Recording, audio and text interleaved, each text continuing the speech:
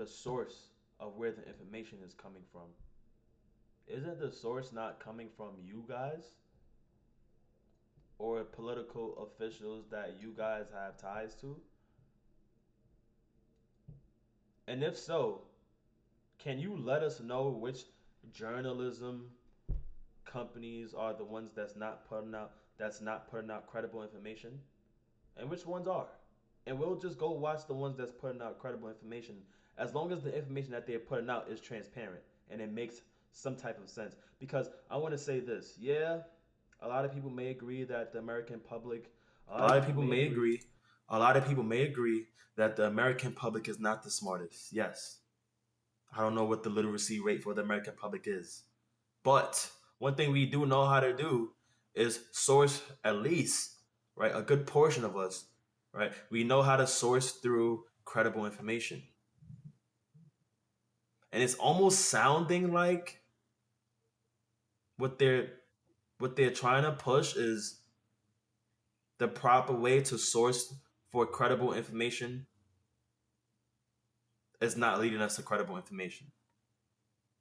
But then that kind of sounds like patronizing a little bit. And it's okay. It's okay for us to feel patronized. Maybe, maybe what we think is credible information is not.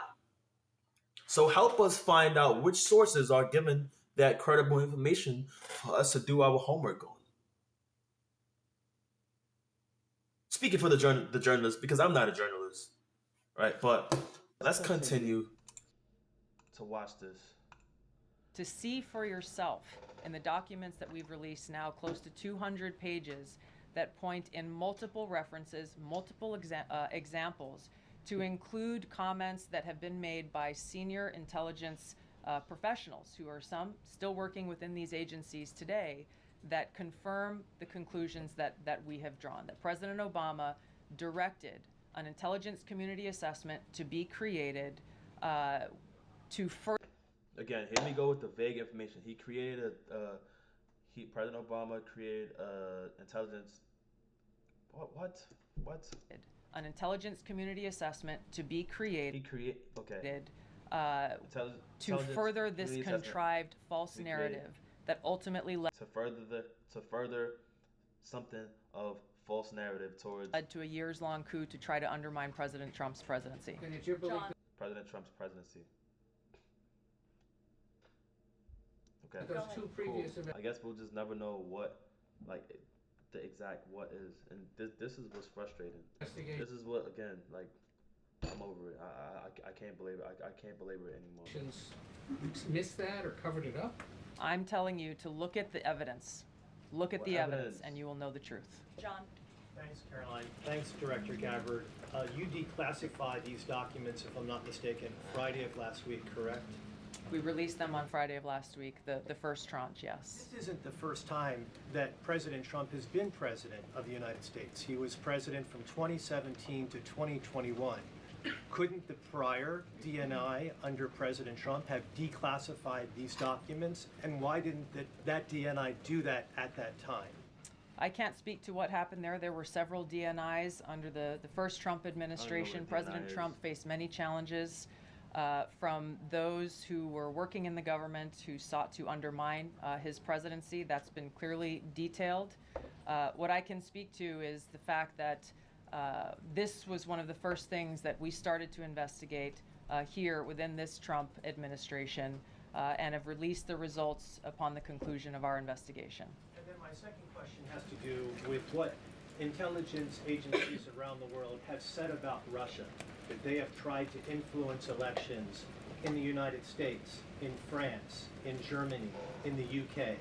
Do you disagree with that? Do you believe that Russia is a bad actor as it relates to trying to influence elections? I'll point back to the intelligence that President Trump has ordered declassified, that we have declassified and released, that the intelligence reflects Russia's motives were to try to sow discord and chaos within the U.S. election, which is a clear distinction from showing a preference for or against a specific candidate, which is what the Obama manufactured intelligence document alleges that Russia preferred Donald Trump and tried to help Donald You know Trump what? get elected.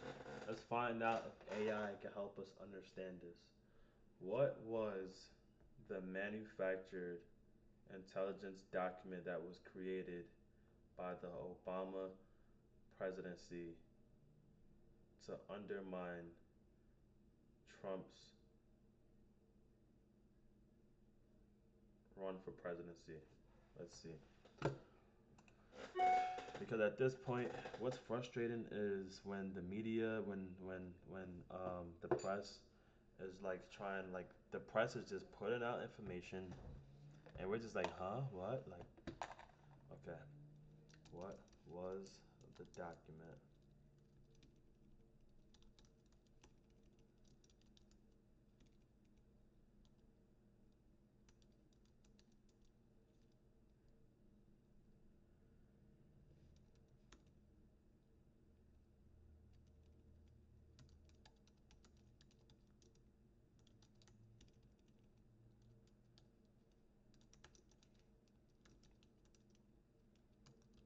allegedly, allegedly created by the Obama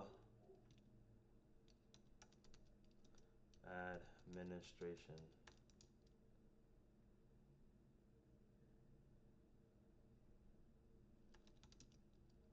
that influenced the idea of Russia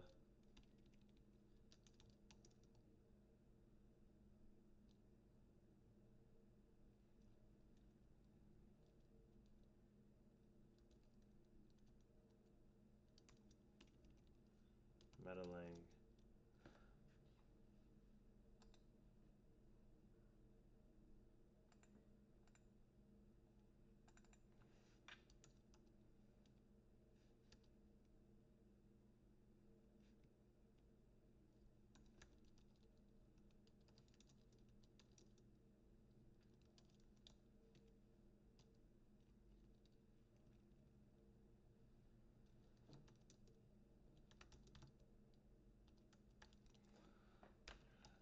it's kind of fucked up, but let's see. What was the manufactured document?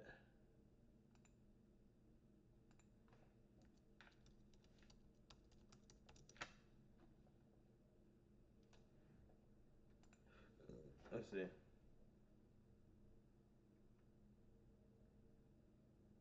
There isn't a single verified manufactured intelligence document created by the Obama administration that experts agree was fake and used to push the Russia interference narrative.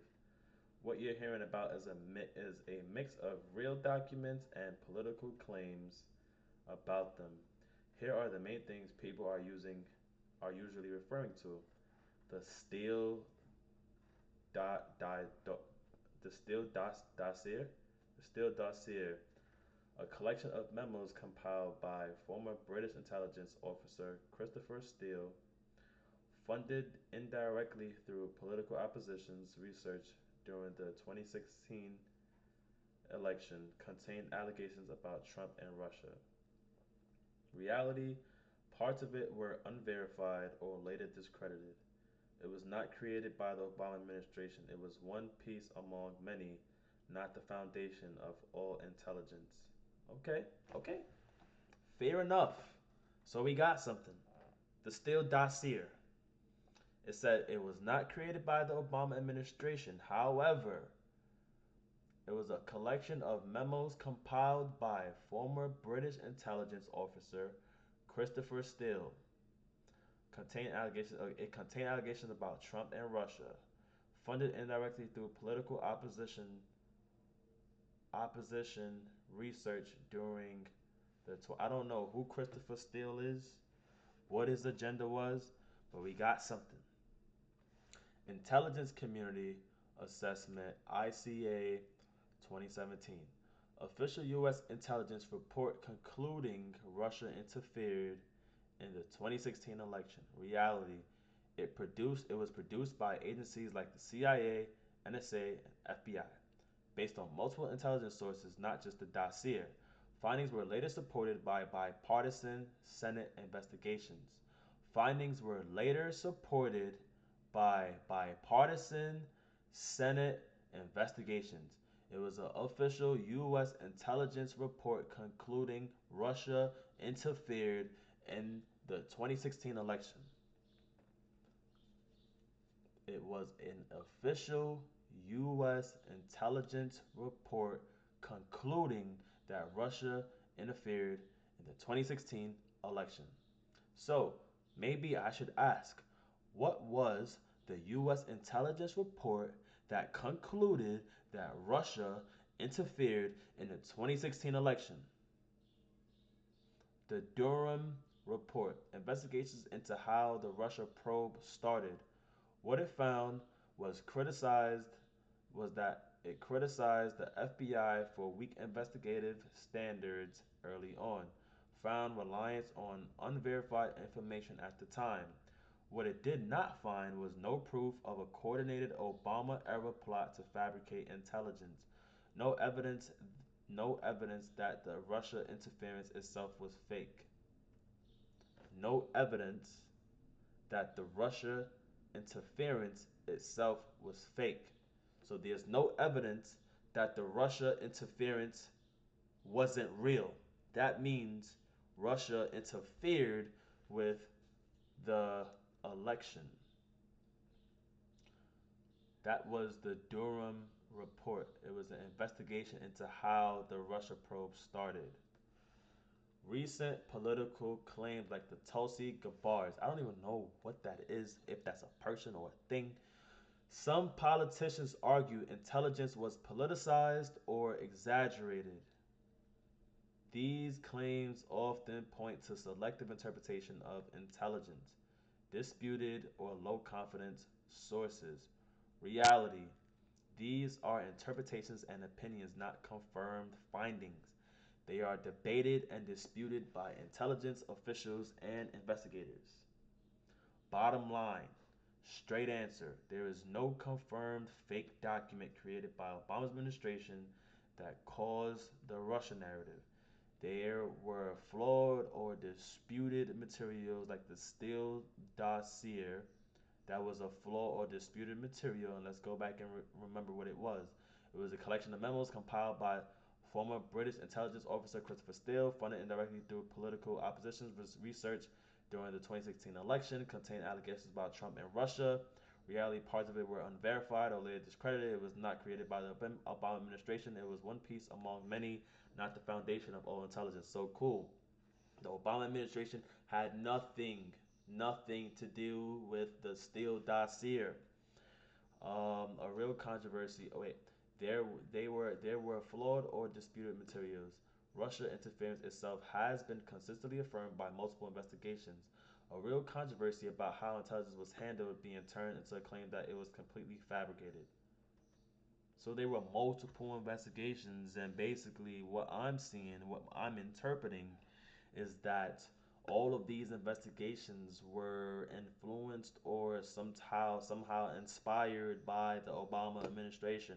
And I want to believe that it was because he spoke up against his political rival, which they all do during the time of him getting ready to turn over office, right? If you have a Democratic Party in office and you have the election coming up, right, to turn for the office to turn over to, and the Republican Party wins the election and the Democratic Party has to turn over with the Republicans, of course there's going to be some friction. You're going to get news media coverage of back and forth between the two parties. I mean, the Republicans had a lot to say about Obama's birthplace. In fact, if I may say, they made claims that he wasn't a U.S. citizen and that he wasn't from the U.S. I mean, that's expected. Our president said, "Show us your birth certificate." So these are things that, yeah, I mean, we're expecting the friction and the back and forth between both political parties about why Americans should vote for a certain type of party. But why is it that we're still to this day talking about, you know,